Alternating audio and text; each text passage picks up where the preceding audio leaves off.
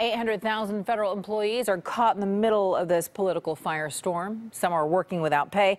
Many others are on furlough. KPIX 5's Andrea Nakano on how some workers are teaming up with a Bay Area lawmaker in search of a solution. Andrea?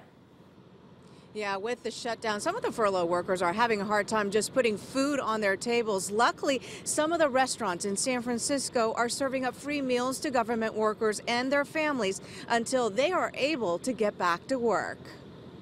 The president has got to become presidential. This shutdown has got to end. Congresswoman Speier from California's 14th district has been very vocal about her opposition to President Donald Trump and his idea of border security.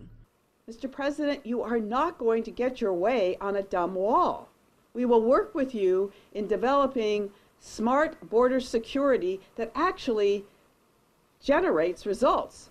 But you're not going to do it on the backs of all the federal workers. And today, the Congresswoman invited furloughed government workers to share their stories. We want to go back to work. We want to get paid for the work we do for the American people. We want to work. Workers from NASA Ames and the EPA say they haven't seen a check since the end of December. To help federal employees, Lefties in Fisherman's Wharf, for example, is offering free meals until the shutdown ends. Destiny Cooper with the EPA hopes politicians will come up with some sort of agreement to open the government again soon. The impact of not knowing is just as stressful. Like the fact that you don't know where or how this is going to end. And as for the major announcement expected from President Trump on Saturday afternoon, Congresswoman Speier says she has no insight on what that announcement will be. Do you think I know how that brain works? I would hope that the president has gotten enough heat, his poll numbers have dropped significantly enough that he recognizes that he owes it to the American people.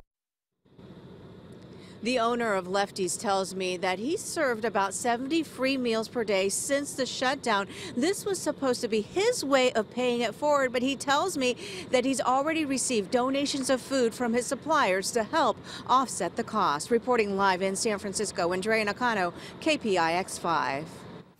And former President George W. Bush posted a photo of himself delivering half a dozen pizzas to his Secret Service detail. He wrote that he's grateful to all of the people who are working without a paycheck.